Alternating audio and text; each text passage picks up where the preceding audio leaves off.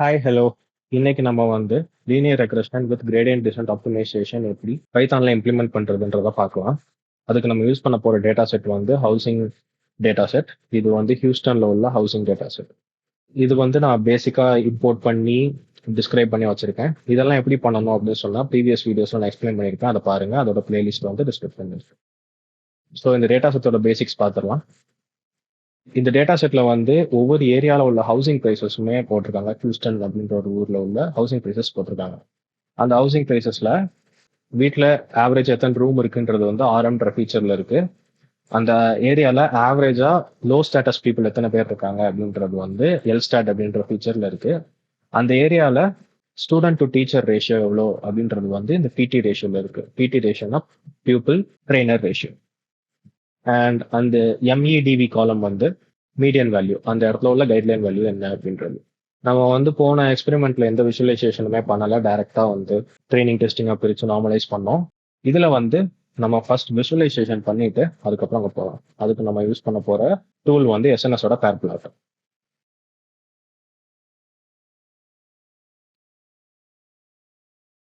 இந்த Pairplot எப்படி view பண்ணணும் அப்படின்னு சொன்னோம்னா, இது வந்து எல்லா ஃபீச்சர்ஸோட காம்பினேஷன் ஸ்கேட்டர் பிளாட். ஸோ இதை வந்து நீங்க டயக்னலா பிரிச்சு டயக்னலுக்கு மேல உள்ளதை பார்க்கலாம், இல்லாட்டி டயக்னலுக்கு கீழே உள்ளதை பார்க்கலாம். ஏன்னா டயக்னல்ல வந்து அது அதோடய கம்பேர் பண்ண முடியாது அப்படின்றதுனால அது ஒரு ஹிஸ்டோகிராமா இருக்கும். இந்த சார்ட்டை பார்க்குறப்ப உங்களுக்கு கொஞ்சம் கோரிலேஷன் தெரியும். கோரிலேஷன் அப்படின்னு சொன்னோம்னா ஒரு ஃபீச்சருக்கும் இன்னொரு ஃபீச்சருக்கும் உள்ள ரிலேஷன். ஸோ நீங்க ஆர்எம்க்கும் எல்ஸ்டாட்டுக்கும் பார்த்தீங்கன்னா ஒரு ஒரு நெகட்டிவ் கோரிலேஷன். ஸோ எல்ஸ்டாட் கூட கூட ஆர்எம் குறையுது. ஆர்எம்க்கும் மீடியன் வேல்யூக்கும் பார்த்தீங்கன்னா பாசிட்டிவ் கோரிலேஷன் இருக்கு. ஸோ மீடியன் வேல்யூ கூட கூட ஆர்எம் கூடுது. அதே மாதிரி எல் ஸ்டாட்டுக்கும் மீடியன் வேல்யூக்கும் நெகட்டிவ் காரிலேஷன் இருக்கு. ஸோ மீடியன் வேல்யூ கூட கூட எல் ஸ்டாட் குறையுது.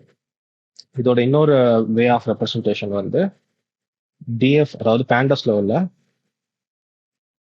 Car function. இது என்ன பண்ணும் அப்படின்னு சொன்னா நம்மளோட ஃபீச்சர்ஸ்க்கு ஒரு காரிலேஷன் மேட்ரிக்ஸ் போட்டு கொடுக்கும்.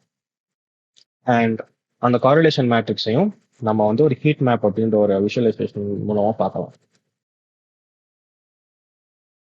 அண்ட் இதோட ரேஞ்ச் பார்த்தீங்கன்னா -1 to +1. -1னா ஃபுல்லி நெகட்டிவ்லி காரிலேட்டட். +1 அப்படின்னு சொன்னா ஃபுல்லி பாசிட்டிவ்லி காரிலேட்டட்.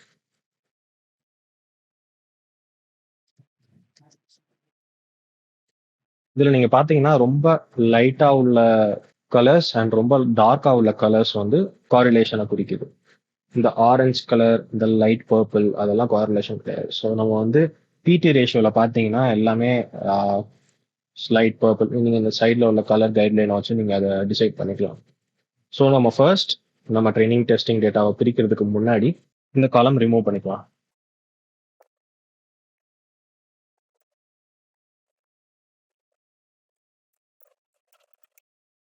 ஸோ இது இப்போ வந்து நம்ம X train, X test, Y train, Y டெஸ்ட்டாக பிரிச்சுக்கலாம்.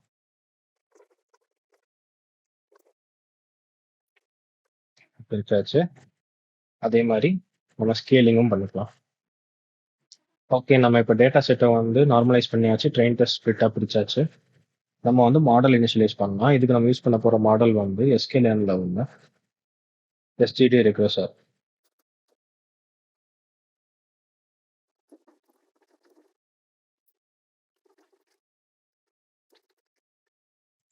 ஓகே, நம்ம மாடல் இப்போ இனிஷியலைஸ் பண்ணியாச்சு.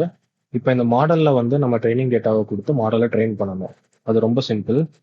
Model dot fit of X train Y train. Okay, இப்போ நம்ம மாடலை ஃபிட் பண்ணியாச்சு.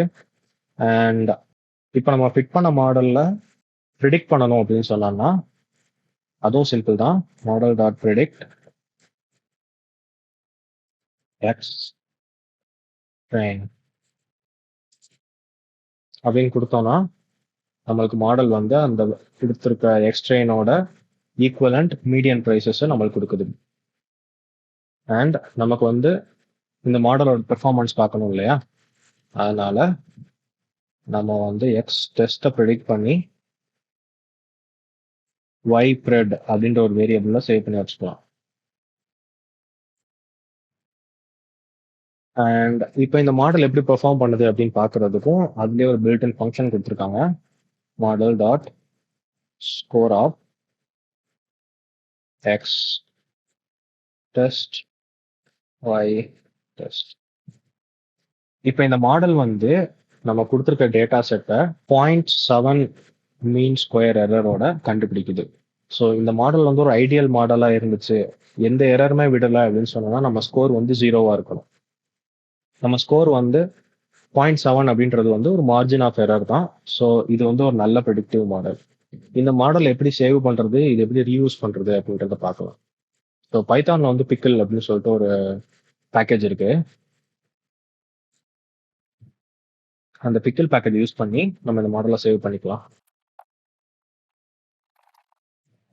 ஃபைல் நேம் நீங்க என்ன வேணா கொடுத்துக்கலாம்.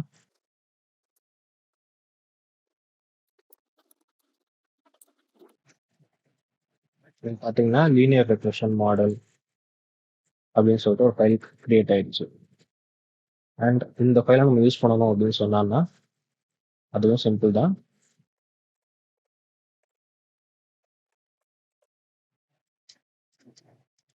ஓகே, இந்த லோடட் மாடல் அப்படின்ற வேரியபிளோட ஸ்கோர் நம்ம பார்ப்போம். இப்போ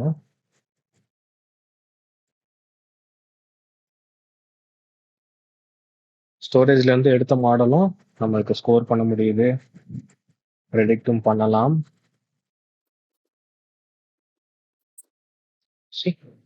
இது நமக்கு எப்போ யூஸ்ஃபுல்லாக இருக்கும் அப்படின்னு சொன்னால், இது ஒரு சிம்பிளான மாடல். ஸோ நம்மளுக்கு அந்த அளவுக்கு ட்ரெயின் ஆக டைம் எடுக்கல. இதே நம்ம வந்து ஒரு நியூரல் நெட்ஒர்க்ஸ் அந்த மாதிரி பல்கான மாடல் ட்ரெயின் பண்ணுறப்போ நம்மளுக்கு சில மணி நேரங்கள் அந்த மாடல் ட்ரெயின் மட்டுமே ஆகும். அப்படி ஆனதுக்கப்புறம் ஒவ்வொரு தடவை நம்ம கோட் ரன் பண்ணுறப்பறையும் அந்த மாடல் ட்ரெயின் பண்ணாமல் இருக்கிறதுக்காக இந்த மாதிரி நம்ம வந்து லோக்கலில் சேவ் பண்ணி நம்ம யூஸ் பண்ணிக்கலாம். ஒரு ரீகேப் கொடுக்கறதுக்கு நம்ம ஃபர்ஸ்ட் டேட்டாவை இம்போர்ட் பண்ணோம். இம்போர்ட் பண்ண டேட்டாவை விஷுவலைஸ் பண்ணி எந்தெந்த ஃபீச்சர்ஸ்லாம் கோரிலேட்டடாக இருக்குன்னு கண்டுபிடிச்சோம். கோரிலேஷன் இல்லாத ஃபீச்சர்ஸை ட்ராப் பண்ணிட்டு நம்ம ட்ரைனிங் டெஸ்டிங் செட் கிரியேட் பண்ணோம். அதை நார்மலைஸ் பண்ணோம். நார்மலைஸ் பண்ணதுக்கப்புறம் ஒரு மாடல் கிரியேட் பண்ணி அதில் ட்ரைனிங் டேட்டா வச்சு ஃபிட் பண்ணோம். டெஸ்டிங் டேட்டா வச்சு ப்ரெடிக்ட் பண்ணி ப்ரெடிக்டட் வேல்யூ ஒரு வேரியபிளில் ஸ்டோர் பண்ணிக்கிட்டோம். அதுக்கப்புறம் அந்த மாடலை எவால்வேட் பண்ணி அதை எப்படி ஸ்கோர் பண்ணுதுன்னு பார்த்தோம். அதுக்கப்புறம் அந்த மாடலை ஒரு ஃபைலாக சேவ் பண்ணி அந்த சேவ் பண்ண ஃபைலை ரிட்ரைவ் பண்ணி அந்த மாடலை எக்ஸிக்யூட் பண்ணி பார்த்தோம்.